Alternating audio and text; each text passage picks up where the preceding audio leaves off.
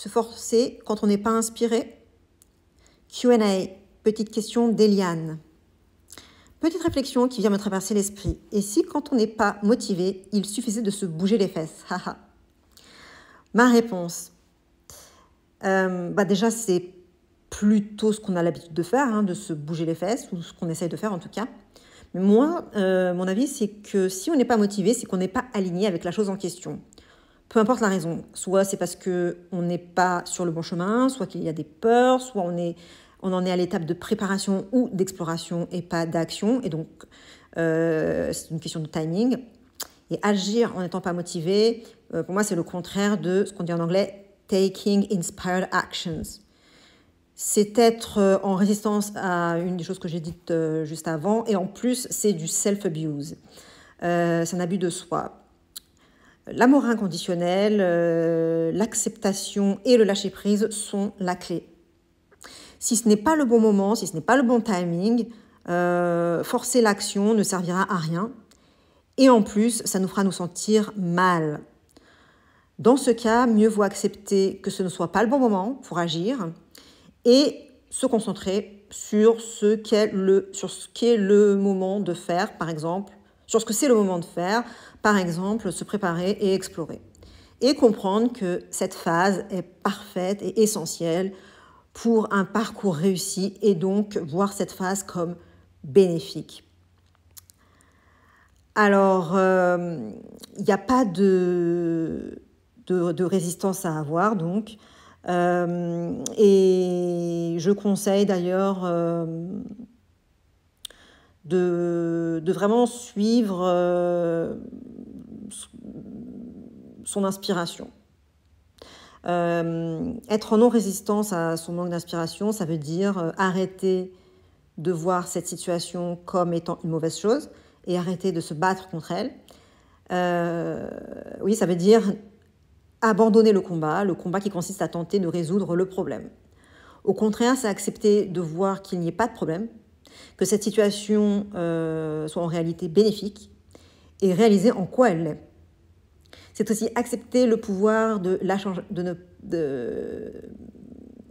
c'est pouvoir accepter qu'on n'ait pas nécessairement le pouvoir de la changer pour l'instant. Et notre pouvoir tient dans notre choix d'accepter ou non cet état de fait. Nous vivons dans un univers, cet univers est basé comme toute chose sur deux principes contradictoires, le libre arbitre et la fatalité. C'est une danse subtile qu'il faut réussir à maîtriser pour pouvoir naviguer notre flot. Et finalement, l'acceptation de la fatalité nous permet d'exercer notre libre arbitre. C'est dans cet état de non-résistance atteint grâce à l'acceptation et à l'amour inconditionnel qu'on pourra naturellement accueillir et recevoir l'inspiration. Donc voilà, arrêtons la résistance, suivons l'inspiration et pas besoin d'être déprimé, tout est positif, tout ça c'est positif. Hein. Lorsqu'il s'agit de la fatalité, c'est cool, ça veut dire qu'on n'a pas vraiment d'effort, on n'a aucun effort à faire, ni boulot à fournir, pas vraiment en tout cas. Ça veut dire que le courant de la rivière de notre vie nous emmène exactement là où on rêve d'aller, même le plus secrètement. Et ce, sans qu'on ait rien à faire, en fait. Hein. Donc, oui, c'est une bonne façon de voir les choses et surtout que pour nous emmener là où nous voulons, l'univers a une vision plus globale que nous de la situation et des interactions complexes qui sont en jeu. Et je me dis clairement que tout ça, c'est tellement complexe, qu'il y a tellement de paramètres, tellement de cycles et de systèmes qui s'imbriquent les uns aux autres, que le seul moyen de savoir où est le chemin et quoi faire est de suivre notre intuition, notre ressenti, nos sensations et nos émotions, notre système de guidance interne en somme.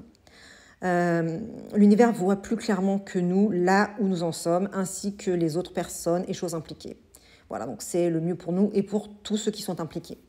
Cela rend le processus non linéaire, ce qui peut être déroutant, c'est sûr, mais notre seul boulot, c'est justement d'avoir confiance dans le processus. De toute façon, si nous sommes bloqués, que rien ne bouge, notre seul recours est de faire confiance à la vie, de lâcher prise sur le contrôle. Et nous verrons bien, même si pour le moment, nous ne comprenons pas nécessairement où tout ça va, à un moment donné, toutes les pièces du puzzle vont s'assembler. Et là, nous découvrirons une image cohérente où tout parcours fera sens.